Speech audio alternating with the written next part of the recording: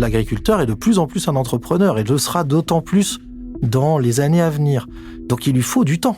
Donc oui, moi je pense que l'IA va rendre le métier d'agriculteur beaucoup plus attractif parce que si c'est bien structuré et si c'est suffisamment robuste, c'est un outil qui peut lui permettre d'avancer vite sur certains questionnements, de se documenter, de valider des idées. Bienvenue, je suis Laurent-Nicolas Guénoc du cabinet Convertéo. Je suis Marjorie Paillon. Et vous allez écouter Changement d'époque en cours, le podcast de l'IA.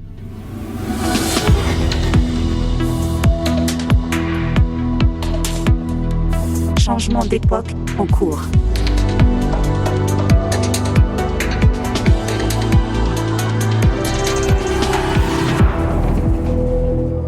Épisode 10. L'IA et l'agriculture. Hello Laurent. Bonjour Marjorie. Alors l'IA des villes va-t-elle être dépassée par l'IA des champs ? Les agriculteurs et agricultrices sont des start-upers en puissance. Si l'agritech s'est imposée depuis plusieurs années comme l'allié des exploitations agricoles, l'intelligence artificielle peut-elle les accompagner dans une révolution de la fourche à la fourchette ? Pour en parler avec nous en studio, Romain Farou, CEO de la Ferme Digitale. Bonjour à toi. Bonjour Marjorie. Si je résume, la ferme digitale, ce sont 3 mots. Innovation, transparence et pragmatisme, quasiment une devise pour cette association qui sème les graines du numérique pour une agriculture performante, durable et citoyenne, l'ai-je bien dit ? Parfaitement. La ferme digitale, donc, c'est cette association avec laquelle tu promeus l'adoption des techs en agriculture.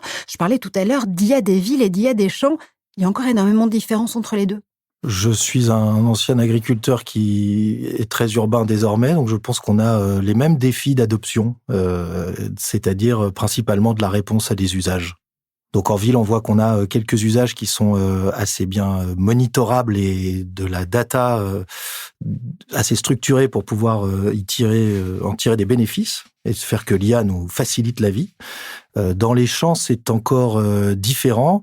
On va trouver un contexte qui est beaucoup plus varié, diversifié, avec un très grand nombre d'acteurs. Donc nous, on travaille à ce que cette révolution ait lieu, mais on travaille de manière un peu artisanale à caler tout ça, parce que ça fait énormément de données. Et le vivant en soi, le vivant agricole et le vivant végétal et animal, il a d'énormes quantités de paramètres.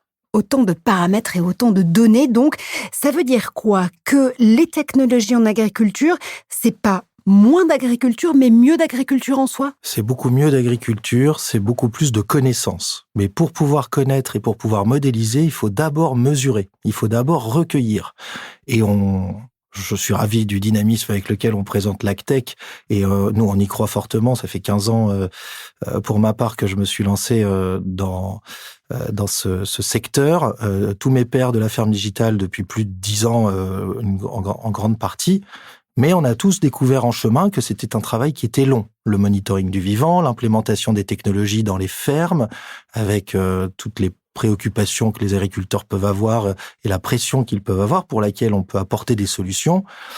Mais comme toute solution innovante, on les apporte avec, j'ai pas envie de dire des problèmes, mais avec nécessairement une obligation de repenser certaines choses de son mode de production, se former, s'acculturer, s'y mettre, quoi. Et on voit bien nous-mêmes avec nos smartphones dans les villes, si je fais un parallèle un peu cliché, qu'on a mis du temps à arriver à un usage plein, si tant est qu'on puisse considérer qu'on y soit, parce que l'IA, justement, amène encore une nouvelle dimension à tout ça. Mmh. Mais l'usage réel des smartphones dans les villes et du digital dans nos vies urbaines, si on regarde depuis 2000 où le potentiel a commencé à émerger, 20 ans après, on commence à y être, on commence à être mûr, on commence à avoir les réflexes, la sécurité, les réseaux, tout ce qui entoure le fait que l'innovation, pour se déployer et pour être adoptée, et c'est un enchaînement de maillons, et c'est une chaîne pour laquelle un seul ne suffit pas. Rentrons peut-être un petit peu dans le concret des usages. Est-ce qu'on peut essayer de balayer en quelques minutes les grandes catégories d'usages, d'applications ou à minima de promesses, si ces usages ne sont pas encore tous réellement concrets? On parle de surveillance des cultures, d'optimisation des semis, de gestion intelligente de l'irrigation, de détection des maladies, etc., etc. Qu'est-ce que je n'ai pas cité? Qu'est-ce qui, dans ces points-là, peut-être est le plus avancé? Alors, la réduction de la pénibilité vient en partie transversalement à tout ce ce que vous venez de citer, Laurent. Quand vous citez ces thématiques, c'est certes une vérité, et on est sur le chemin d'atteindre ces objectifs-là, mais pas pour toutes les cultures, pas pour toutes les régions. À chaque fois qu'on parle d'agriculture, la tentation qu'a l'agriculteur dans l'âme que je suis, c'est de dire laquelle. À nos amis, et je parle de mes amis urbains, parisiens, un peu éloignés de cette réalité, parce qu'aujourd'hui, dans la société, on trouve de plus en plus d'observateurs qui en sont réellement éloignés. Et donc, qui s'en font un peu une image sépia, et finalement, parfois peuvent donner lieu à des visions un petit peu simplistes.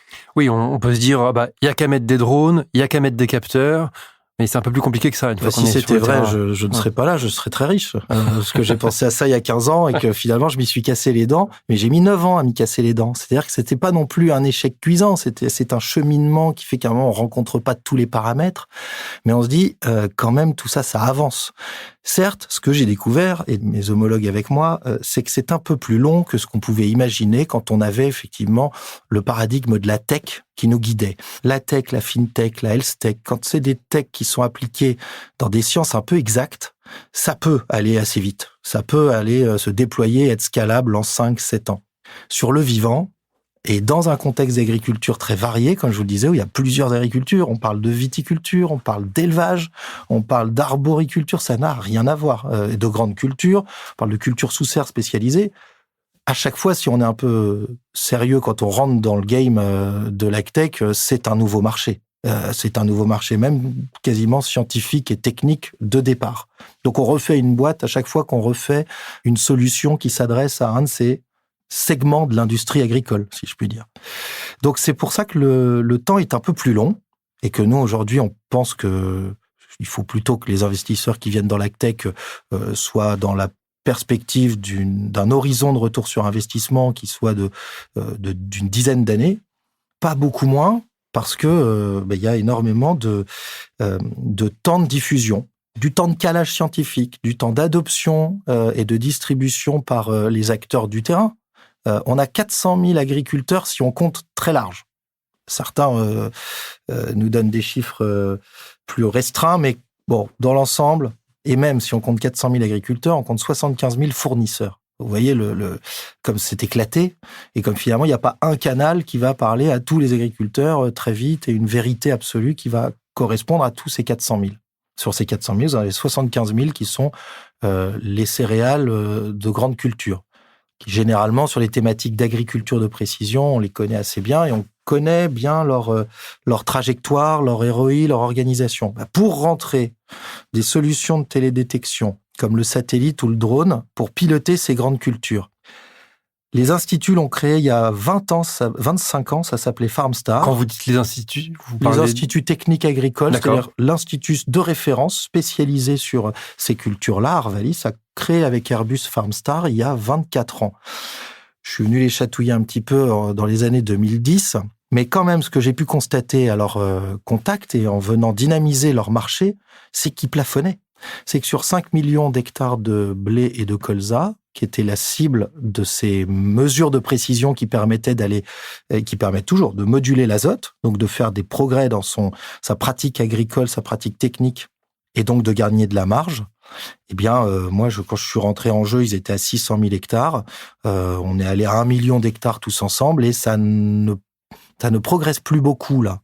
Et ça, c'est quand même... Vous parlez du nombre d'hectares qui bénéficient de ces technologies, à la fin. Exactement. Sur les 5 à 6 millions d'hectares cibles qui sont cultivés, qui ont toutes les conditions réunies pour pouvoir en profiter. Mais ça n'y va pas pour tout un tas de raisons qui font que c'est l'acculturation des acteurs de terrain qui ne s'en saisissent pas toujours comme quelque chose qui va véritablement leur apporter.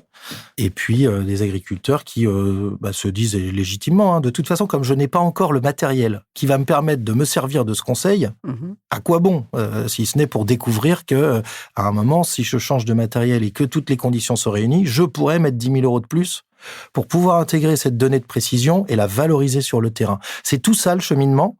Donc déjà, on se prend le temps de réinvestissement comme incompressible devant soi pour percer le marché. Donc, si le mec vient de changer de pulvé et qu'il n'a pas l'antenne GPS, pulvérisateur. Oui, c'est pas un pull avec un col en V. On adore rentrer dans les évidemment. champs avec toi et tout comprendre, mais quand même, je traduis un peu. Traduisez-moi, mais c'est Donc, volontiers. on pulvérise, ou Pour pas. pulvériser ou pour épandre son engrais, en tout cas, à chaque fois, il s'agit de rythme de réinvestissement, de gestion financière de ferme qui se réinvente pas quand on arrive, nous, avec nos offres innovantes qui leur permettent effectivement d'aller plus loin, revoir toute cette stratégie du jour au lendemain. Donc, c'est pour ça que tous ces paramètres-là sont à prendre en compte pour comprendre pourquoi c'est long.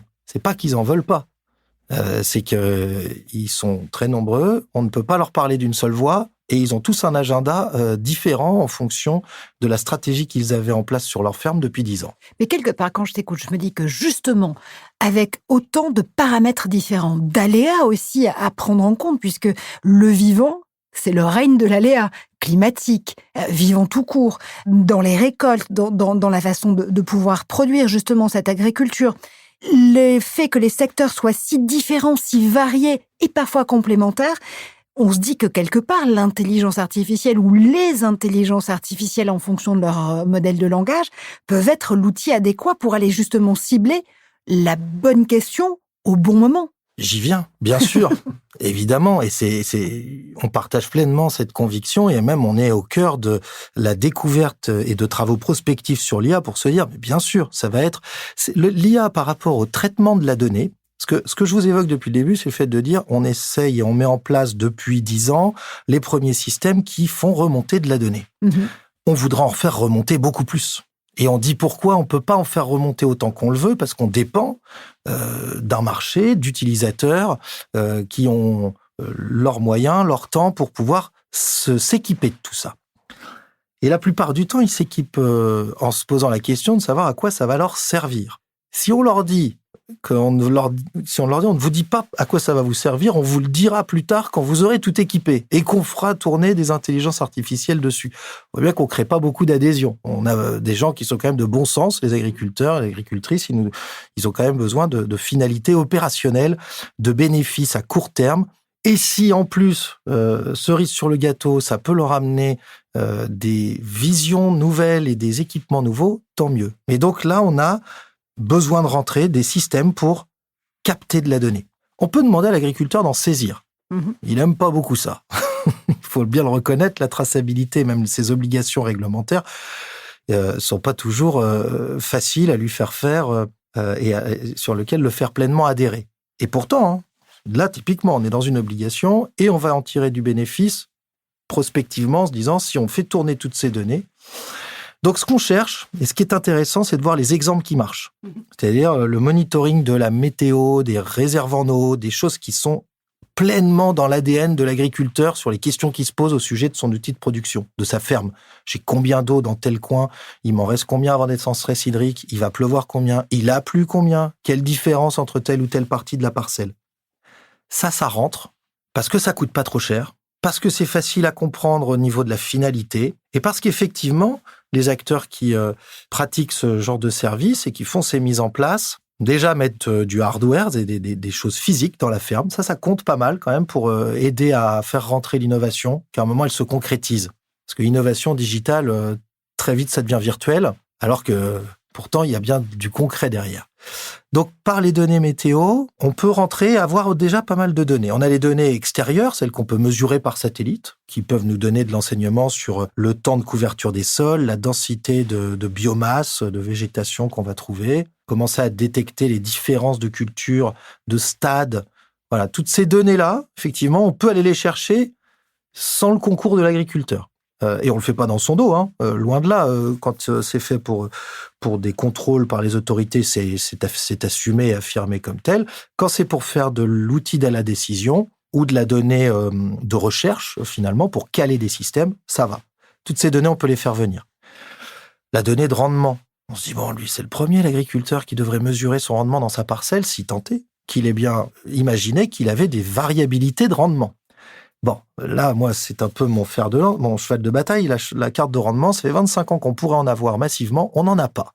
Et ça, c'est dommage. Parce que de toutes les autres données qu'on pourrait mesurer sur les parcelles, le juge de paix final, qui vient donner l'orientation de ce qui marche bien ou de ce qui ne marche pas, c'est le rendement. Donc ça, c'est vrai que c'est un peu une frustration qui est liée aussi à une certaine politique des machinistes de garder un petit peu propriétaire ces informations-là. Et donc ça aussi, ça pose la question de qu'est-ce que l'IA peut venir faire si la donnée n'est pas partagée, n'est pas interopérable. Quand vous êtes machiniste, vendeur de matériel, je ne sais pas si je vous donne deux noms, marque verte, américaine, serre sur le logo. D'accord, ok. Voilà, et bon, ça, c'est des... Il y a eu un certain doute vis-à-vis de où allait aller cette politique de la donnée, cette innovation et ce digital, qui fait que certains acteurs ont été d'abord prudents, pour pas dire conservateurs. Maintenant, ça bouge de plus en plus, parce qu'on voit quand même que si on attend que les uns fassent tout le travail des autres pour capter toute la valeur, ça va vraiment être très long, alors qu'on a beaucoup d'énergie à mettre en musique. Et donc, j'y viens, Marjorie. Beaucoup de données, une fois qu'on arrive à les faire arriver de toutes ces différentes sources, dont celle des machinistes, mais pas que, puis elle a une valeur, mais pas plus que ça. C'est le juge de paix, certes, mais on voit qu'on peut quand même en trouver aussi d'autres pour s'y substituer. Ou que la masse de données va faire qu'à un moment donné, on va de toute façon la déduire, celle-là. Et c'est un peu dommage. On se dit, c'est vrai qu'elle ferait partie du lot, elle serait aussi une connaissance qu'on mettrait dans le pot commun pour pouvoir faire les premières briques de modélisation dédiées à l'agriculture.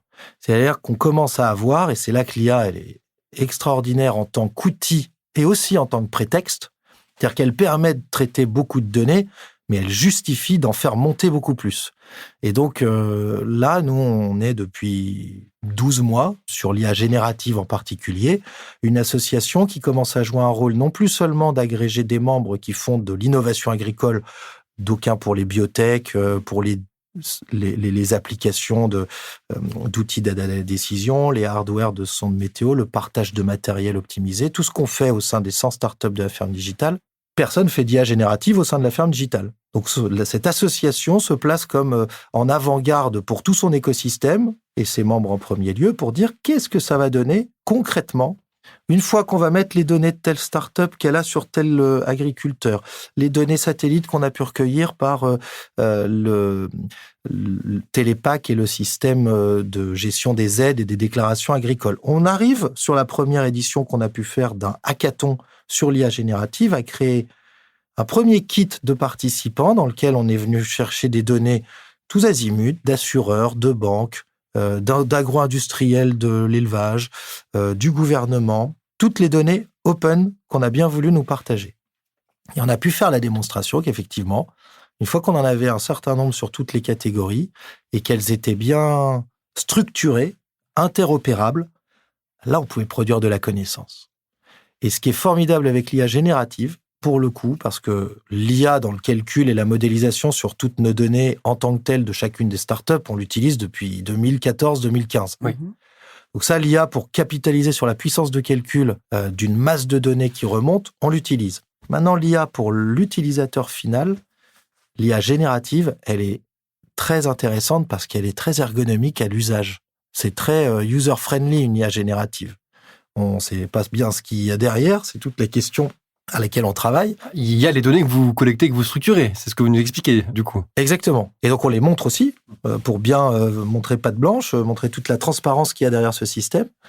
Et pourquoi un agriculteur, quand il va commencer à poser ses premières questions à un chatbot spécialisé dans l'agriculture et la transformation, surtout de son outil de production, va pouvoir trouver des réponses qui ne sont pas tombées du ciel ou pondues de manière hasardeuse. Ce que tu nous dis là, c'est que donc, toujours dans notre idée de faire du sur-mesure et que un champ, une exploitation agricole, une ferme, c'est des téraoctets de volume de données à gérer, il va falloir mettre un petit peu, pardon pour la métaphore, mais de désherbant dans tout ça. C'est-à-dire qu'il faut quand même réussir à trier, séparer le bon grain de l'ivraie et savoir justement utiliser les meilleures données, les données les plus qualifiées, les données les mieux nettoyées pour pouvoir justement tirer le parti pour une exploitation, aller zoomer ensuite jusqu'à l'exploitation au canton, à la ferme encore une fois, pour encore une fois, donner un sens à cette donnée, donner un sens à ce qu'on est en train de produire et à l'intelligence qu'on est en train de produire pour ces agricultrices et ces agriculteurs. Exactement. Parce que sur une ferme, on voit qu'on a énormément de sujets qui viennent se confronter, des sujets agronomiques, des sujets de biodiversité,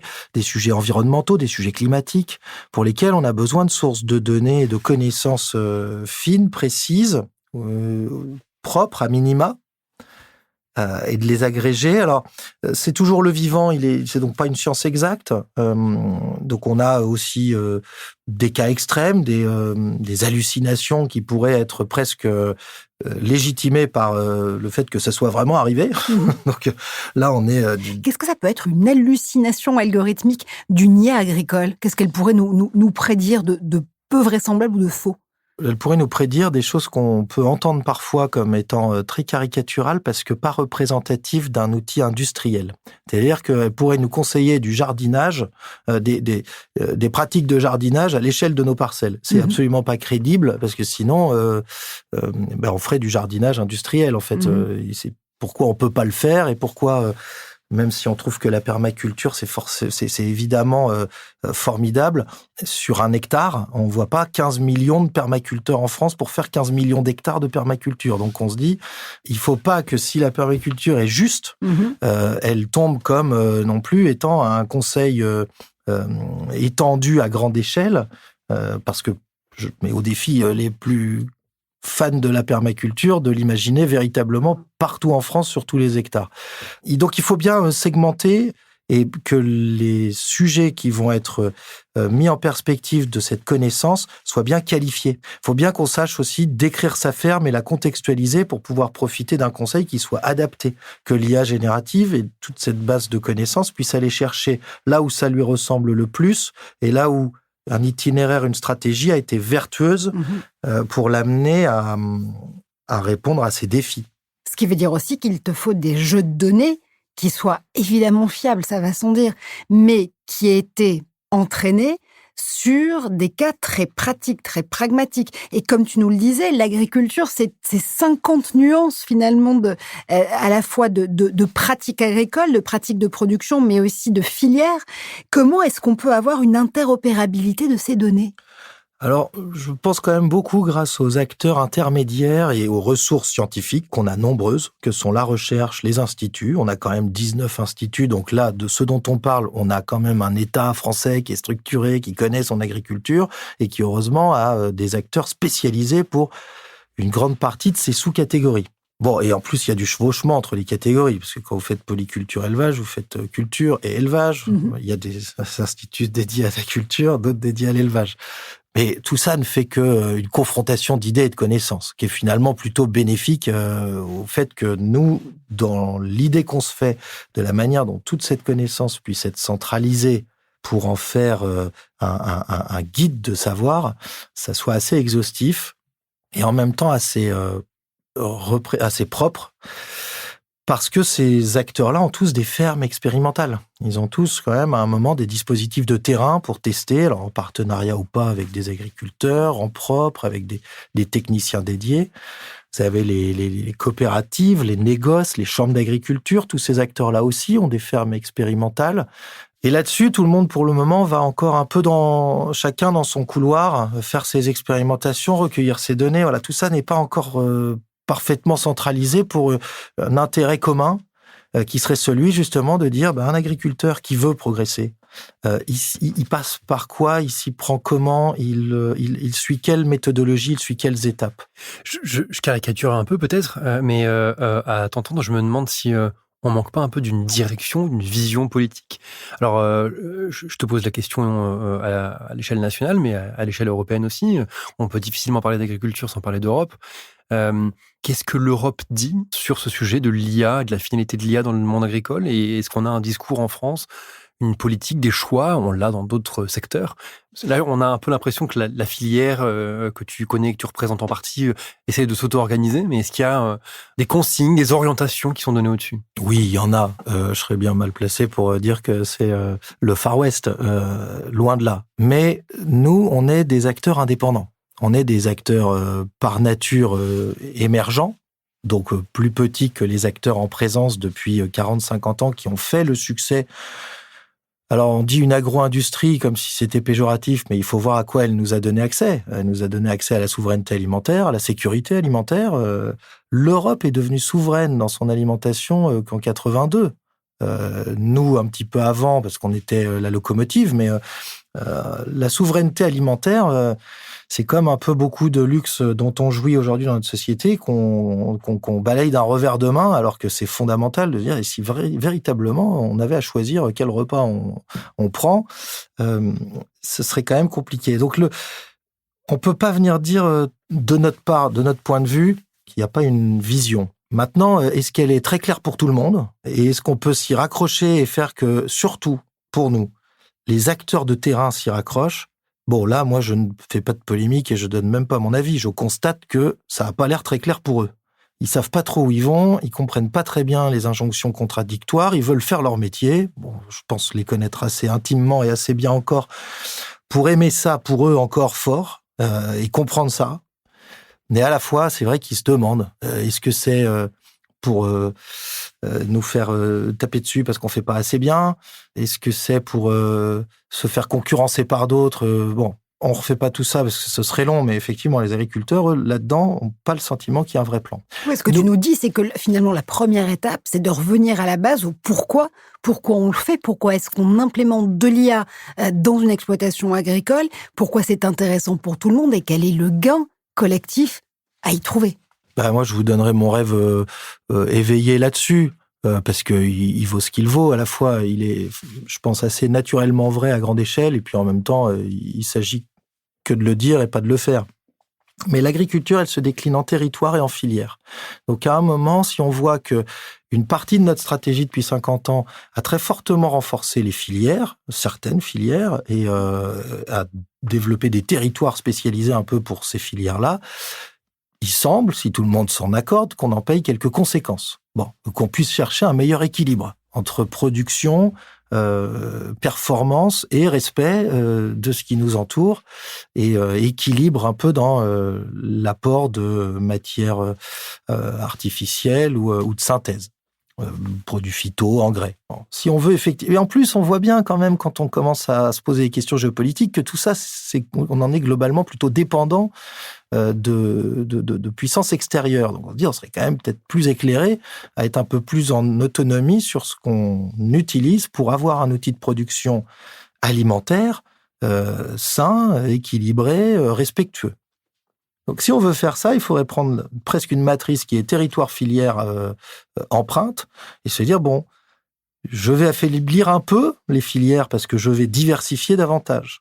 Je vais faire un peu moins de blé ici. Il y avait 5 silos, il y en aura peut-être plus que 4. Mais le 5e silo et les parcelles qui s'y rapportent, je vais y faire du pois, je vais y faire de la lentille. On parle beaucoup de légumineuses, c'est pareil, il faut aussi se limiter, mais on va diversifier pour travailler la régénération du sol, travailler aussi des filières plus locales, parce que souvent ça veut dire que oui, la filière agro-industrielle, du blé, de la betterave, de la pomme de terre, il faut surtout pas les casser, c'est des forces françaises fantastiques, et si elles doivent être un petit peu pondérées, doivent l'être aussi au bénéfice d'un dynamisme territorial sur des plus petites filières, plus ponctuelles, qui viennent plus seulement pour faire ce qu'on appelle de la rotation de culture. Qu'on fasse plus du poids parce que finalement, on n'a rien trouvé d'autre à faire pour faire une pause sur la parcelle, qu'on fasse du poids pour une bonne raison et qu'on n'ait aucune culture qui soit laissée de côté. Ça, ce serait une manière d'optimiser un peu notre outil de production à l'échelle territoriale.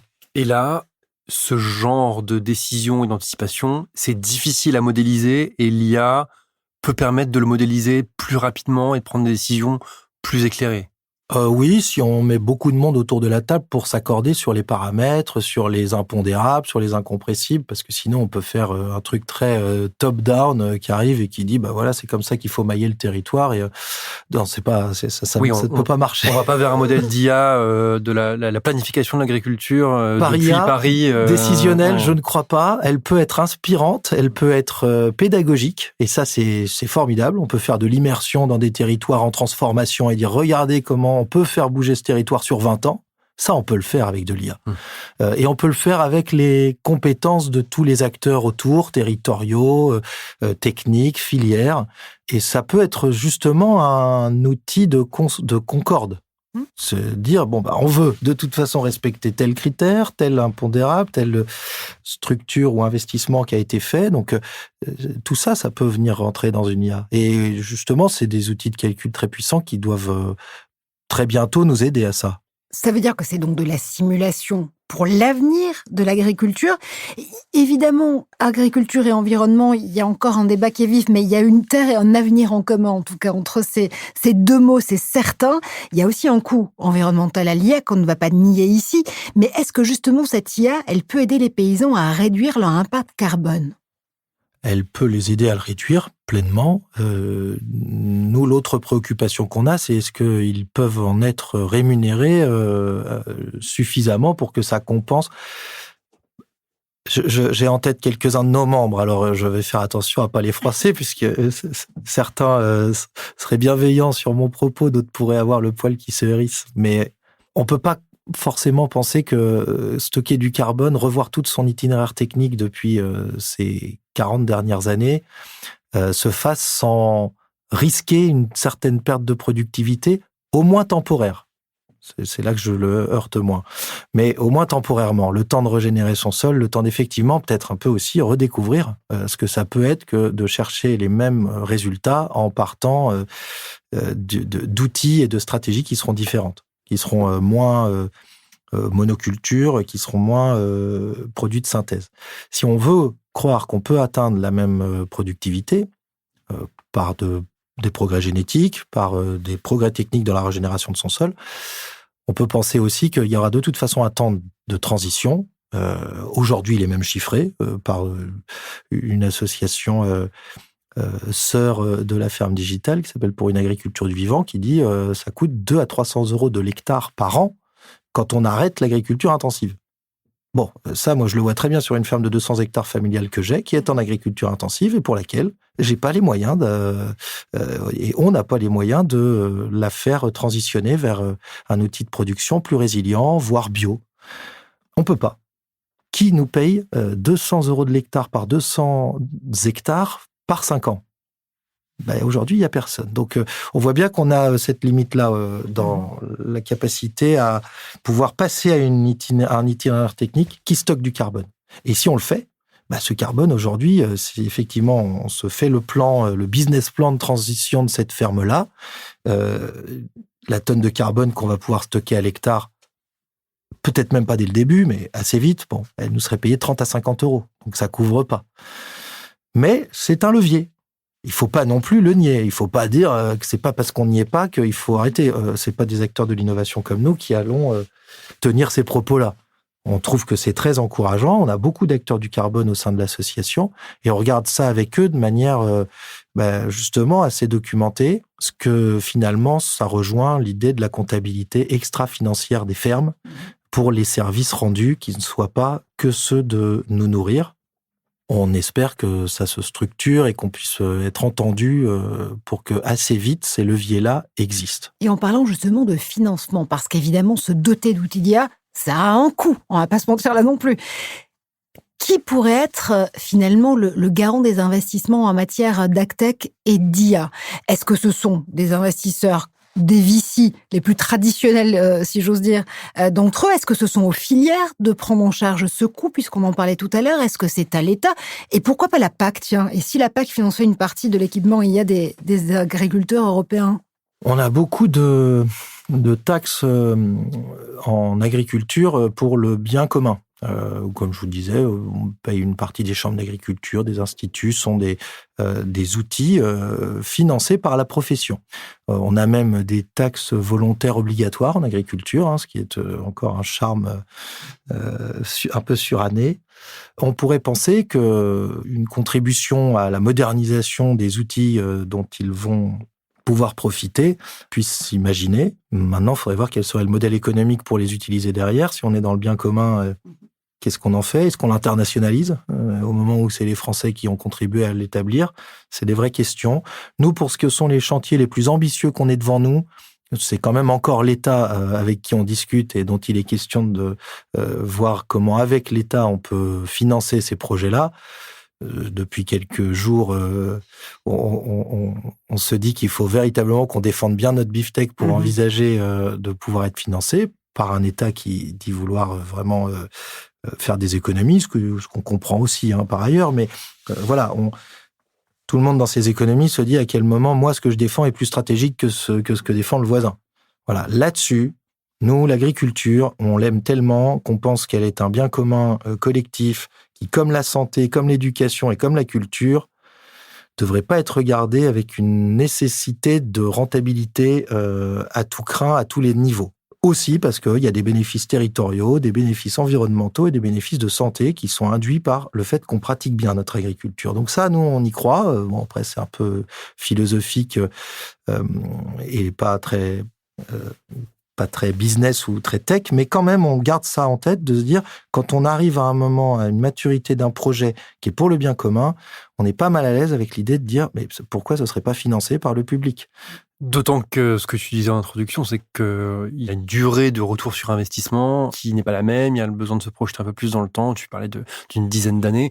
On est un peu au-delà des exits prévus par les VC en général dans le secteur de la tech. Donc ça plaide plutôt pour des investisseurs un peu plus patients, plus institutionnels. Tout à fait. Pas que public pour autant. Pas que public. Rassurons nos membres et l'écosystème. On trouve quand même des VC qui viennent avec une volonté de s'inscrire dans un temps long. Il commence même à y en avoir qui se spécialisent là-dedans. Donc ça, c'est bien, et qui se spécialisent dans l'impact, même avec cet inconvénient du temps long, qui trouvent dans leur calcul un bénéfice à faire ça. Peut-être que ça posera la question d'un investissement et de ressources mobilisées de manière croisée entre la tech et la production. Et ça, on commence à le voir aussi. Certains acteurs qui se positionnent dans le fait d'investir aussi dans des fermes. Et c'est pas forcément un mauvais levier. De toute façon, il n'y aura pas d'école généralisée à 100%. Mais on se dit, celle-là, il faut quand même qu'on la regarde. Nous, c'est dans notre vocation de se dire, est-ce que celui qui investit est dans les solutions et dans l'outil de production sur lesquels les déployer aura des meilleures dispositions à pouvoir réussir. Et donc, pour nous, être quand même un des acteurs qui nous intéressera de regarder. Je pense à certaines banques ou assurances qui commencent à s'impliquer dans le capital de ferme, si c'est pour permettre aussi d'accompagner leur transformation de manière plus efficace en ayant un double regard entre l'investissement dans les solutions innovantes et leur déploiement. Pour nous, tout ça, ça peut quand même n'être que bénéfique. Et quoi qu'il arrive, on reste un monde assez raisonnable, l'agriculture. Et surtout, on est très conscient des réalités du terrain. On se dit, il n'y aura pas un modèle qui va l'emporter. C'est pas la peine de craindre une dérive très forte. En tout cas, aujourd'hui, on voit qu'il y a beaucoup de choses qui sont à l'œuvre et qui s'essayent, qui s'expérimentent. Et donc, nous, on est là pour donner notre point de vue un peu pratique. La Ferme Digitale, c'est vraiment une association qui a une vocation pratique.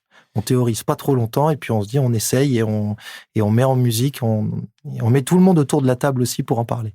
On comprend que l'IA, elle arrive dans l'agriculture pas comme une révolution et une vague qui emporte tout. Elle rencontre une réalité de terrain, ça prend du temps, ça peut aller plus vite par endroits.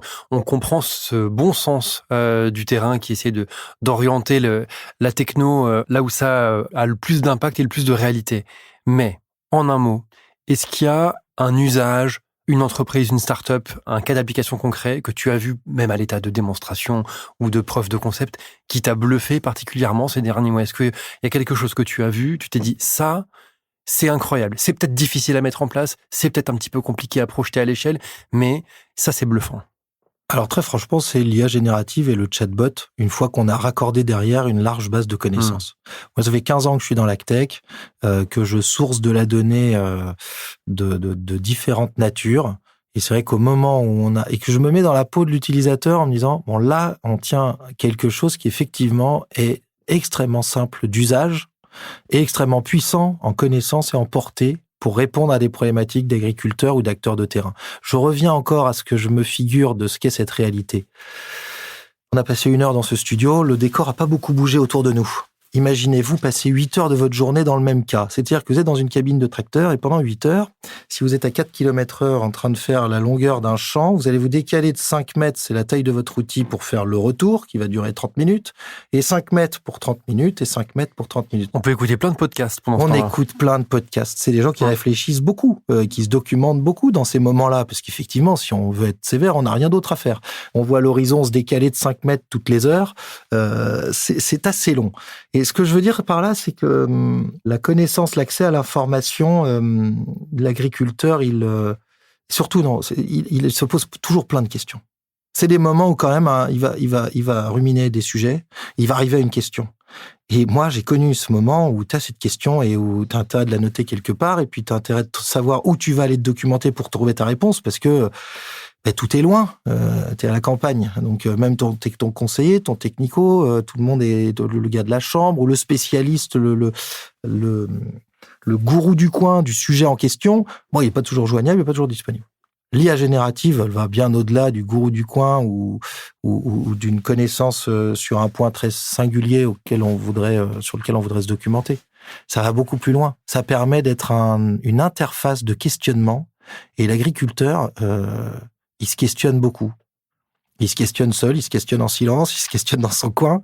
Donc moi, je pense beaucoup que c'est un outil conversationnel presque, qui peut lui faire un cheminement important sur son outil de production, son métier, ses filières, ses débouchés, sa place dans la société et les leviers de valorisation qu'il peut trouver.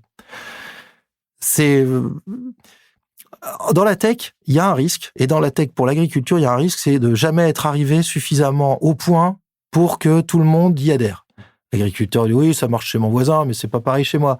Oui, j'ai essayé, mais c'était pas exactement ça que je m'étais imaginé. Oui, mais alors il fallait peut-être rien s'imaginer. Il fallait peut-être juste déjà se mettre humblement à constater le bénéfice qu'on vous apporte là. Il y a beaucoup de questions de lecture des choses, des bénéfices et des efforts. Le coût-bénéfice, c'est un vrai sujet dans l'agtech. On peut avoir un coût important de mise en œuvre, puis un bénéfice qu'on verra si on a de la chance à la fin de la saison, donc déjà dans 9 mois. Déjà, le coût-bénéfice, il s'use avec le temps. Et puis, si ça n'a pas très bien marché cette année-là, l'année suivante. Bon, donc là, il faut qu'il ait confiance pour recommencer l'année d'après. Donc tout ça, pour nous, l'IA générative, les interfaces digitales, et surtout qu'elles ne soient pas gadgets, qu'elles soient denses derrière et professionnelles, et qu'on puisse même s'en servir de levier d'animation. Qu'est-ce qu'on va faire pour faire de l'IA générative autour de ces projets que je vous évoquais? On va aller faire des cafés IA. C'est le Conseil national du numérique qui a développé ce concept-là, qui est très très bon. Puis nous, en plus, il nous va très bien, parce que des cafés IA je dirais au cul des silos, on sait faire. Et on demande même que ça, en fait. Et aller cueillir et recueillir des usages, et surtout, là, les faire phosphorer sur une notion technologique un peu poussée qu'ils vont croire ne pas comprendre, et puis qu'on va leur expliquer de manière très simple. Parce qu'on sait aussi faire ce travail de pédagogie pour rendre des choses très savantes quand même accessibles à des acteurs qui, eux, ont 35 métiers dans l'année et qui veulent quand même à un moment percevoir et avoir une intuition de bon sens qui leur fasse se dire « ça, c'est bon, ça va dans la bonne direction ». Je ne leur ai pas fait des drones et des capteurs à l'époque où j'ai fait ça. Je leur ai d'abord dit « je vais vous montrer comme vos parcelles sont hétérogènes. Via un satellite, via un drone, via un capteur sur votre toit du tracteur, c'est pas le sujet. » On part du résultat. On part du résultat. Merci Laurent. Expliquer, c'est toujours démocratiser et démythifier aussi. C'est toujours beaucoup plus simple. Ma question va peut-être te paraître un peu naïve, mais est-ce que ces outils d'intelligence artificielle peuvent être une réponse au mal-être paysan? On a vu ces paysans monter sur leur tracteur il y a quelques mois de ça.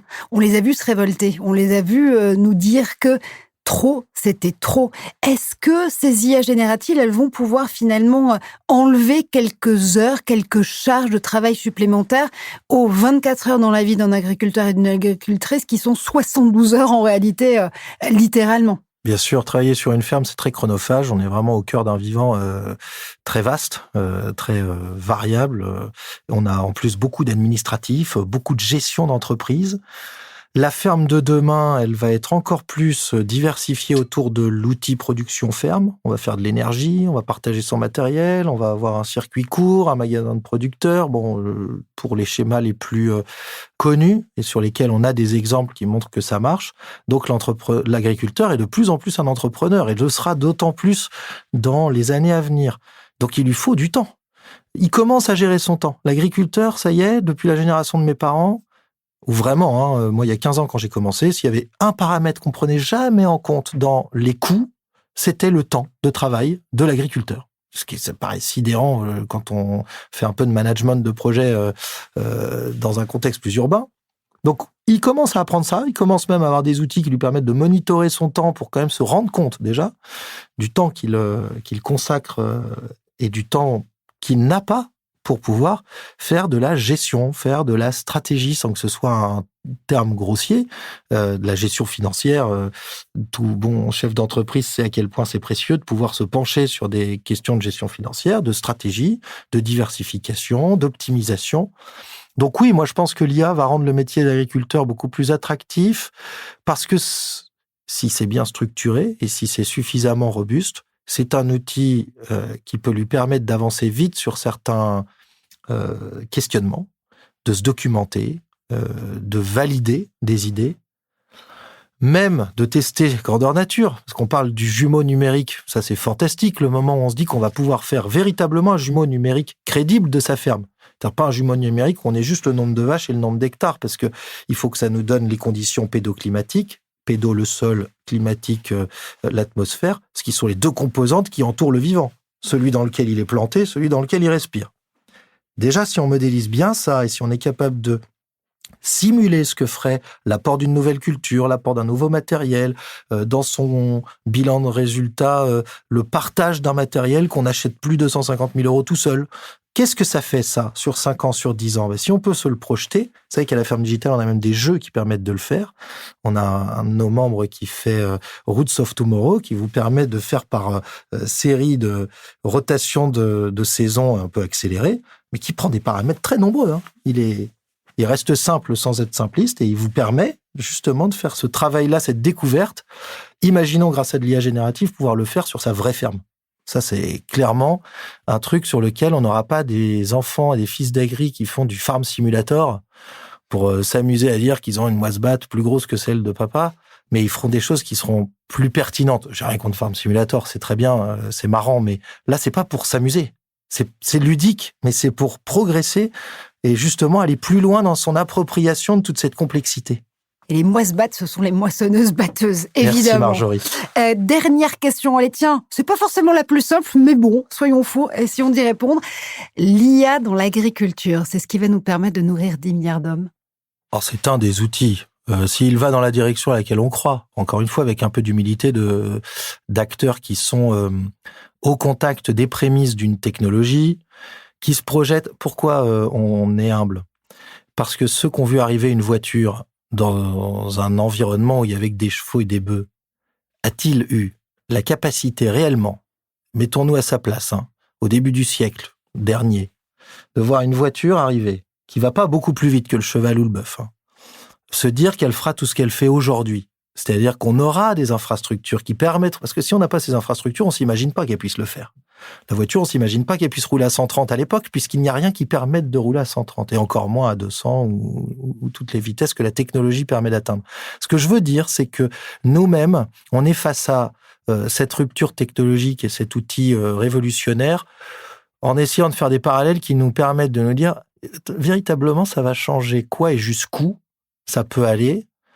Et plus on y touche, plus on y goûte, plus on voit que ça va quand même vraiment très loin, qu'on peut faire en sorte que ce soit encore moins énergivore et plus frugal. Donc ça, tant mieux, parce qu'on a aussi le retour d'expérience de ce que c'est qu'une technologie qui va très loin, mais qui est très consommatrice en ressources. Donc c'est là-dessus qu'on a des enseignements qu'on veut tirer pour dire, comment on fait pour que ça soit aussi puissant, ou certes peut-être un petit peu moins, mais plus frugal, pour que ça rencontre les deux objectifs qui sont d'être puissant et d'être durable. Bon, j'espère qu'on aura su semer les graines d'IA pour pouvoir justement faire que cette agriculture soit toujours plus belle, toujours plus forte et réussisse à aller de la fourche à la fourchette. Une question de souveraineté, on l'aura compris, alimentaire, de santé et aussi finalement de montrer que cette agriculture, elle peut gagner. Merci infiniment Romain Farroux. Merci Marjorie, merci Laurent. N'oubliez pas de vous abonner au podcast pour ne rien manquer de nos prochains épisodes et ils s'annoncent exceptionnels. Retrouvez également notre newsletter Filter IA dédiée à l'intelligence artificielle sur la page LinkedIn de Converteo. Si vous voulez nous écrire, c'est par ici, changement@converteo.com. On attend vos commentaires, vos remarques, vos idées de sujets pour les prochains épisodes. Je remercie toute l'équipe de Converteo qui m'aide à préparer ce podcast, Mathilde Millet, Raphaël Fétic, Charles Le Tailleur, et un très grand merci aux équipes de Magellan qui nous aident à réaliser l'émission, Cécilia Gabizon, Yanis Hachemi, Raphaël Camoun et Gilles Chauvineau. Merci à toutes et tous. On vous retrouve très bientôt. Salut!